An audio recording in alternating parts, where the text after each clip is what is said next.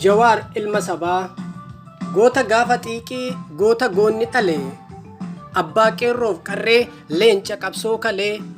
beekaa beekumsi isaa hin qabne madaala xiinxallaa siyaasaa eenyutu si caala shira diinni xaxu situ beeka bakka ijji kan kee fagollaaleetiin waa arga kiyyoo diinaa keessa akkan seenne sabni dafteetiin hubatta osoo hin beeyne namni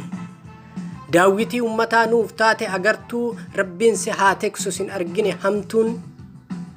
dhugaa sabaa baaftee nu mul'iste haqa mataa ol nu qabdee nutti goote maqaa Jawaar ilma sabaa kan hin dhiifne daba karaa kan kee qofa bilisoomsa saba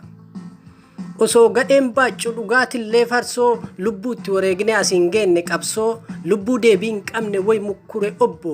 qeerroof qarree hedduu itti dhabne aabboo haadholiif daa'imman qabsoo rakkufanii nu jiraachisuudhaaf ka isaan dhumanii dhiiga saba keenyaa haa dubbattu dachiin gumaan baasan hafee nutti kaasa machiin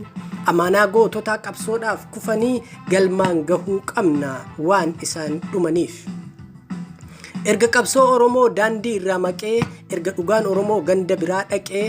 warri nafxanyaadhaan harka waliin naqee badhaadhina jedhee dhufe waliin baqee geega'oo soddaadhaaf nu kenna yoom seene Oromoodha jennee hunduu jala ceene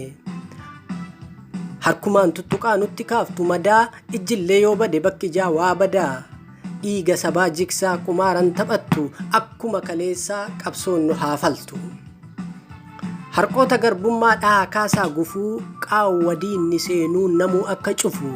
tarsiimoodhaan deemnee qabsotti dachaana faana Jawaar dhoofnaan bilisani baana daandiin kee qajeela ijjannoon kee sirri nama murtii isaa hin jijjiirre birriin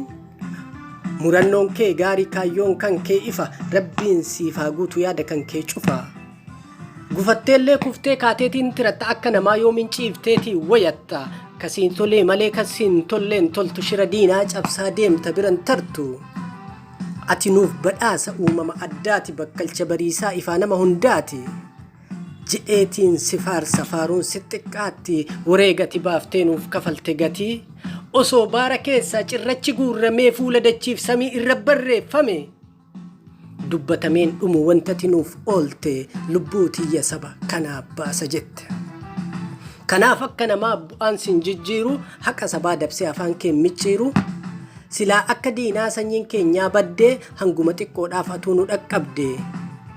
gaafa uumaan bineessaa nu nyaachuudhaaf ka'ee silmiin dhiiga xuuxuuf sabarra wal ga'ee afaan bulguu keessaa sidhahee nu baasee yayyii fi karkarroo goda hundaa yaase amma kutaan qooddee nu qircachuu feeti sirna durdeeffachuuf diina jala ceeti